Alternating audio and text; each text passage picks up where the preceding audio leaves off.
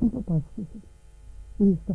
Nu, jeigu jau pasakosi, tai kad būtum stipresnis, sėsk už stalą ir dabar tik tai jiems duona, davai rubiai. Pėdžiukus draudžiava, bet mes stovėdam kur nors. Pamet sėda ir sako, pirmą negu valgyti, aš jums papasakosiu.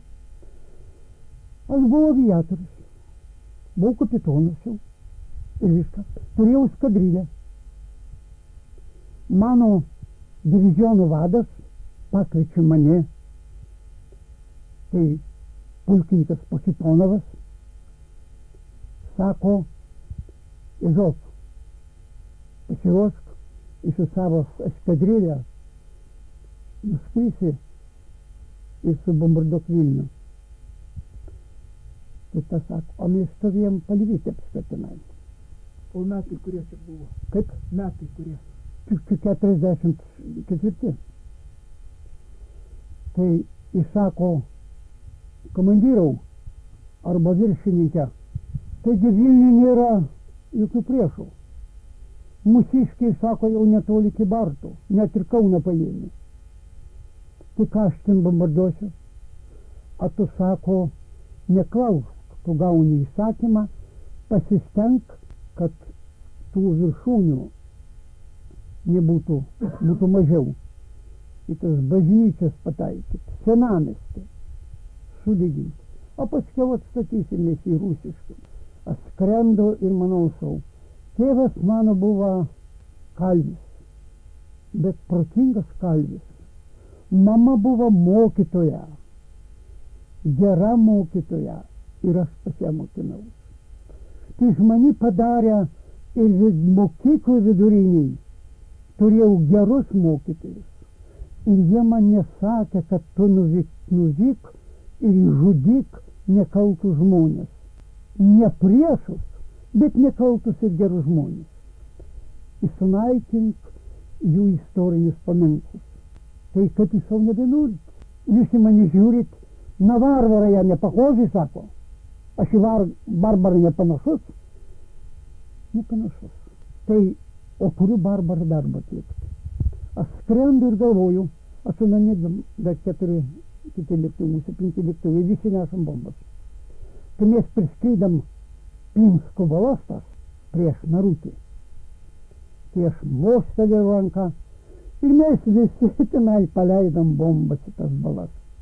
Apsisukėm, grįžam, atvykau pas savo komandyrą ir jam atraportavau. Задание выполнил.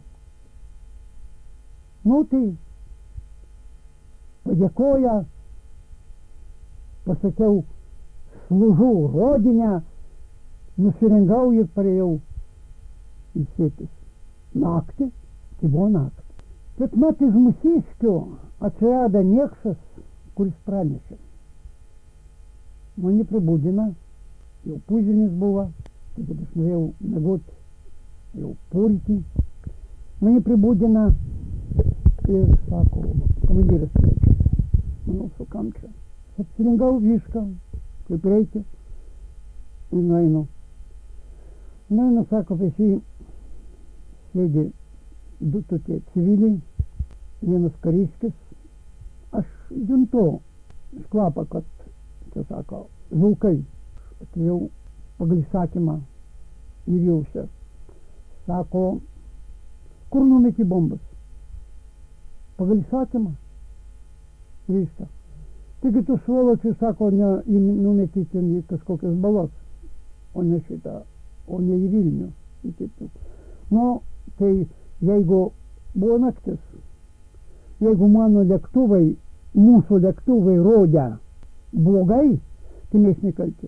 Mes atstumą šitą įveikiam ir numetėm, apsisakėm. A kas apačioj buvo, aš nemačiau.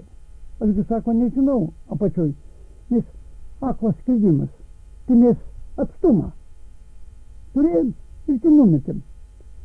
Žinoma, jeigu būčiau pasakęs, kad aš žinojau, tai mane būtų sušaudę už sabotažą karo metu.